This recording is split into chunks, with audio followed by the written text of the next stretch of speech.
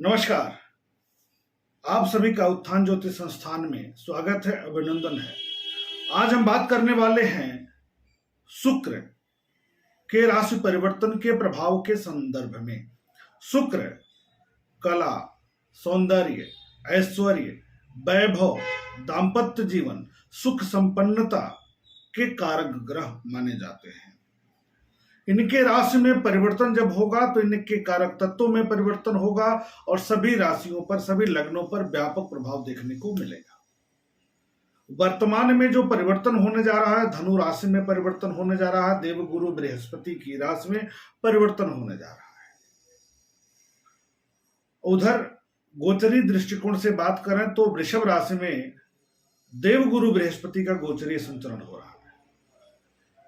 अतः दोनों गुरुओं का, दैत्य गुरु और देव गुरु, दोनों गुरुओं का आपस में राशि परिवर्तन योग का निर्माण होगा, जिसका कुछ राशियों पर व्यापक सकारात्मक प्रभाव पड़ेगा तो कुछ राशियों पर व्यापक रूप से नकारात्मक भी पड़ेगा।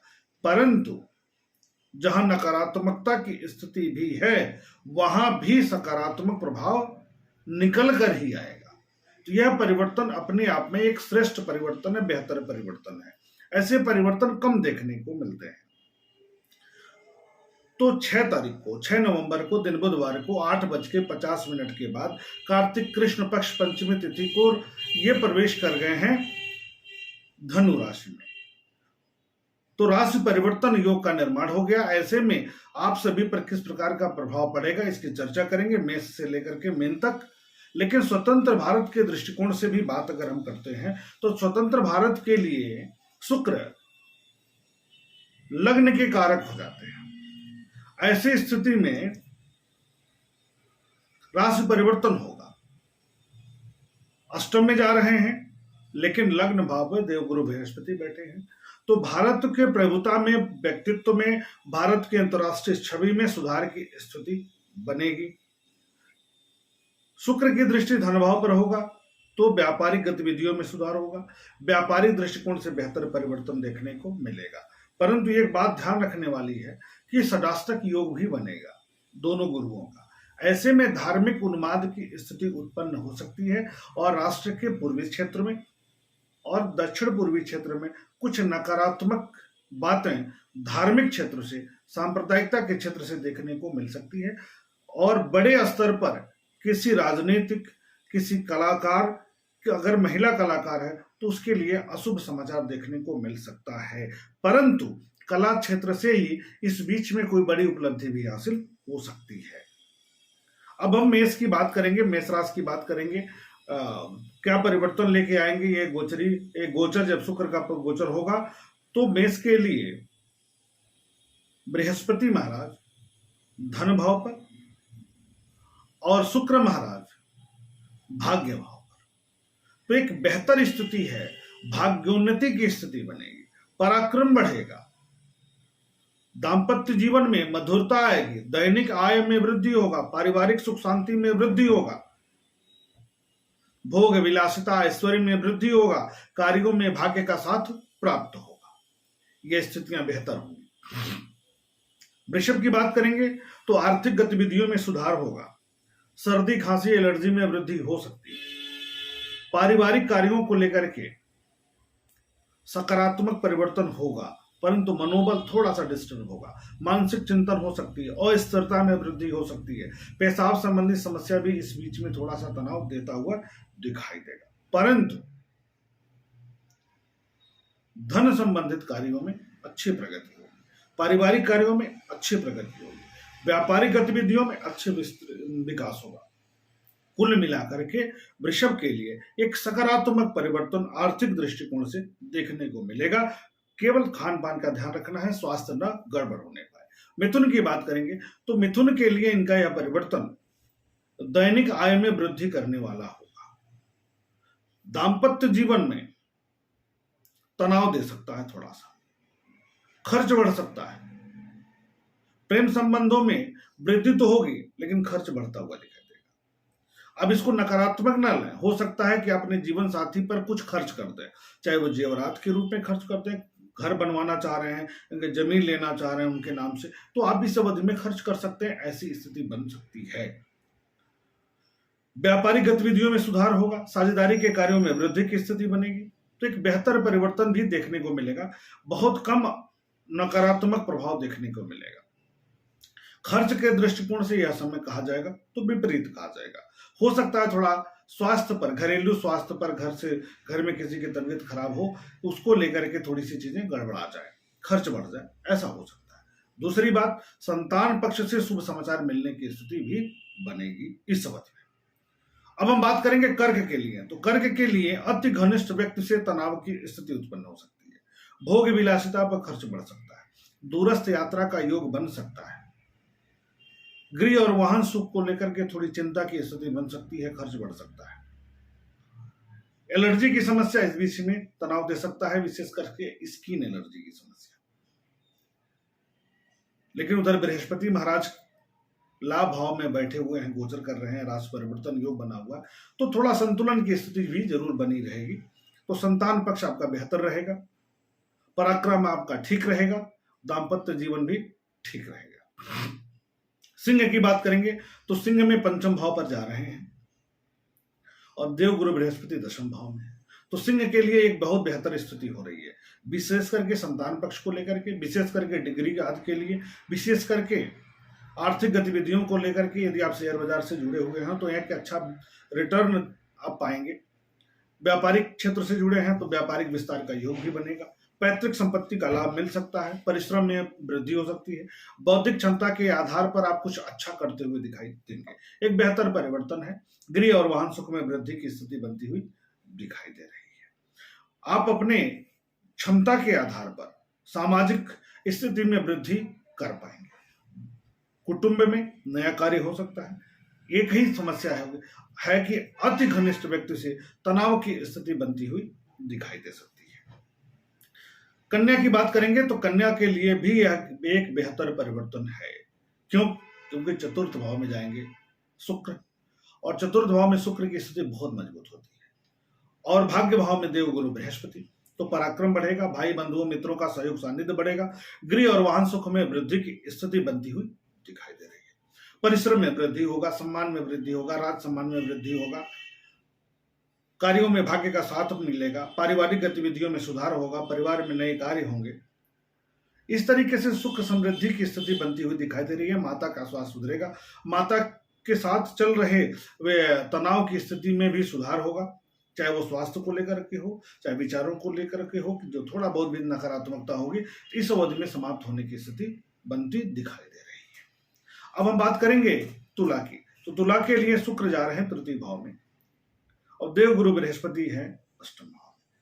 तो यह स्थितियां ठीक तो नहीं है, लेकिन राशि परिवर्तन के प्रभाव के कारण धन संबंधित कार्यों में प्रगति, आर्थिक गतिविधियों में सुधार की स्थिति, पारिवारिक कार्यों में वृद्धि की स्थिति, वाणिज्य व्यवसाय के क्षेत्र से जुड़े हैं तो सकारात्मक प्रगति होगी, पुरुषार्थ में वृद्धि होगी, आप समाज में अपना वर्चस्व कायम करते हुए दिखाई देंगे, भाई बंधुओं मित्रों का सहयोग सानिध्य प्राप्त होगा, कार्यों में भाग्य का साथ प्राप्त होता हुआ दिखाई देगा। आंतरिक डर बनेगी, क्यों? क्योंकि कोई कार्य करना आप चाहेंगे तो आपको लगेगा कि ऐसा नहीं कि कुछ गड़बड़ हो जाए, ये दिमाग में इस अवधि में बनी रहेगी, विशेष करके 2 दिसंबर तक। अब बात करते हैं वृश्चिक की। तो वृश्चिक वालों के लिए भी एक बहुत बेहतर स्थिति है। क्या है?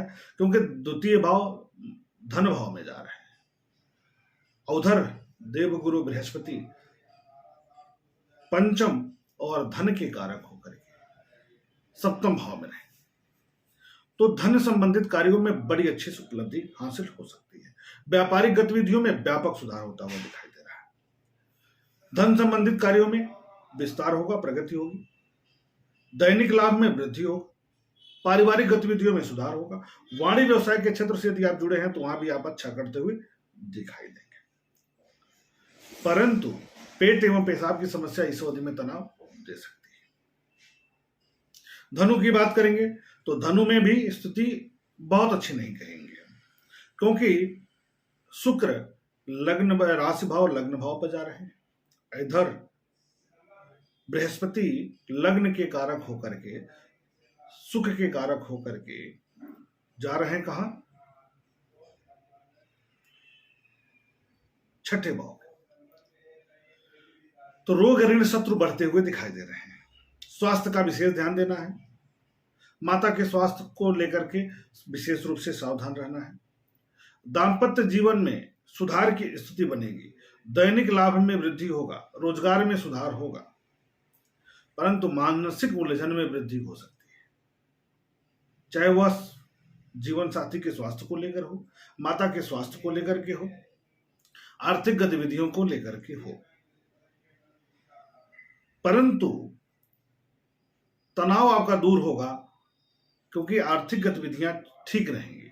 तो थोड़ा बहुत जो खर्च बढ़ेगा, तनाव बढ़ेगा, उसको आप मैनेज कर ले जाएंगे धन के कारण। तो मैंने जैसा कि शुरू में कहा कि जिसके लिए स्थितियां खराब हैं, उसके लिए भी यह संतुलन की स्थिति बना देंगे, तो एक बेहतर स्थिति बनती हुई दिखाई देगी। प्रेम संबंधों की शुरुआत भी हो सकती है। अब हम मकर की बात करेंगे। तो मकर में ये कहां जा रहे हैं शुक्र महाराज? द्वादश भाव में। बृहस्पति पंचम भाव में है, तो यहां भी बहुत अच्छी स्थिति नहीं है शुक्र की, लेकिन द्वादश भाव में भोग विलासिता बढ़ाते हैं, ऐश्वर्य में वृद्धि करते हैं। अब अच्छी किस मामले में नहीं है? अति घनिष्ठ व्यक्ति से तनाव हो जाता है। आपके लिए तो ठीक होगा, भोग विलासिता में वृद्धि हो गई, दूरस्थ यात्रा बन गया, जीवन का जो सुख है, आनंद है, उसका भोग कर पाएंगे आप। बुद्धि बल पर के आधार पर आर्थिक गतिविधियों में सुधार कर पाएंगे आप। विदेशी यात्रा चाह रहे हैं करना, तो इस अवधि में संभावना बन सकती है, परंतु अति घनिष्ठ व्यक्ति से तनाव हो सकता है। स्किन एलर्जी के कारण तनाव हो सकता है, सर्दी खांसी एलर्जी बढ़ सकती है, खर्च बढ़ सकता है। तो ये थोड़ा सा नकारात्मक पक्ष है, परंतु बृहस्पति के साथ जो परिवर्तन है, तो बौद्धिकता के आधार पर सारी समस्याओं को आप आराम से निपटा ले जाएंगे। कुंभ की बात करेंगे, तो कुंभ के लिए ये बहुत अच्छी स्थिति बनने जा रही है, बहुत बेहतर स्थिति बनने जा रही है। लाभ भाव में चले जाएंगे देव गुरु बृहस्पति, सुख भाव में चले, दैत्य गुरु शुक्राचार्य चले जाएंगे, क्षमा कीजिएगा, लाभ भाव में, और चतुर्थ भाव सुख भाव में चले जाएंगे देव गुरु बृहस्पति, जो कि पहले से चल रहे हैं। तो आपके लिए एक सकारात्मक परिवर्तन है। कहां कहां पर? धन बढ़ेगा, पारिवारिक कार्यों में वृद्धि होगा, सुख में वृद्धि होगी, सुख के संसाधनों में वृद्धि होगी, घरेलू कार्यों में वृद्धि होगा, घरेलू सुख में वृद्धि होगा, माता के स्वास्थ्य में सुधार दिखेगा, मातृपक्ष से शुभ समाचार आपको प्राप्त होता दिखाई देगा। साथ ही साथ आर्थिक पक्ष मजबूत रहेगा, संतान पक्ष से शुभ समाचार प्राप्त होगा, कार्यों में सकारात्मकता बनी रहेगी, कार्यों में भाग्य का साथ भी मिलेगा, पिता का भी सुख सानिध्य सहयोग मिलेगा। तो इस तरह से यह समय आपके लिए अनुकूल है, बेहतर है। पैसा फंसा है तो इस बीच में पैसा निकल सकता है, पैसा आपके पास आ सकता है। कहीं पैसा दिए हुए हैं, रुका पड़ा है, तो इस अवधि में पैसा आपके पास आता हुआ दिखाई देगा। मीन की बात करेंगे, तो मीन के लिए स्थिति क्या बन रही है? दशम और द्वितीय भाव का, तृतीय भाव का। लग्नेश बृहस्पति, राशि के स्वामी बृहस्पति तीसरे भाव में जा रहे हैं, और दसम भाव में शुक्र जा रहे हैं। तो शुक्र का दसम भाव में मीन के लिए बहुत अच्छा नहीं होता है, लेकिन यह राशि परिवर्तन है, इसलिए बेहतर हो जाएगा। सामान्य से बेहतर परिणाम प्राप्त होगा, नकारात्मक नहीं मिलेगा, कम मिलेगा। परिश्रम में अवरोध होगा, लेकिन बृहस्पति के कारण, राशि परिवर्तन प्रभाव के कारण अच्छा हो जाएगा। गृह और वाहन सुख बढ़ेगा, सामाजिक प्रतिष्ठा में वृद्धि होगी, पुरुषार्थ में वृद्धि होगा, आर्थिक गतिविधियों में सुधार होगा, दाम्पत्य जीवन में सुधार होगा, गृह और वाहन सुख के क्षेत्र से सफलता मिल सकती है। अगर आप खरीदना चाह रहे हैं तो एक अच्छी योजना बनाइए, इस बीच में कार्य आपका सफल होता दिखाई दे रहा है। कुल मिलाकर के यह परिवर्तन जिसके लिए नकारात्मक है, उसके लिए भी बेहतर परिणाम लेकर आने वाला है। यह स्थिति ठीक है। बहुत कम स्थितियां इस तरह की बनती हैं, क्योंकि जब अगली बार यह परिवर्तन आएगा तो देव गुरु बृहस्पति चले जाएंगे मिथुन राशि में, तब नहीं बनेगा। तो राशि परिवर्तन राजयोग दोनों गुरुओं का कम बनता है, और इस बार बना हुआ है, एक बहुत अच्छी स्थिति है। तो इसका लाभ उठाइए आप सभी लोग।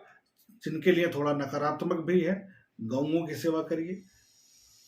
विधवा स्त्री आसपास कहीं हैं तो तो उनको मिठाई दीजिए, उनकी सेवा करिए। और सबसे बड़ी बात है, शुक्र का रिजल्ट अच्छा पाने के लिए ये जो महा उपाय है वो यही है कि महिलाओं का सम्मान करिए, बच्चियों का सम्मान करिए, किसी भी तरीके से उनको हानि ना पहुंचाइए, चाहे वो मानसिक हो, चाहे वो शारीरिक हो, किसी भी रूप में, चाहे सामाजिक स्तर पर हो, उनको क्षति नहीं पहुंचाएंगे तो शुक्र एक बेहतर परिणाम देगा। शुक्र का परिणाम आपको बहुत अच्छा मिलने वाला है।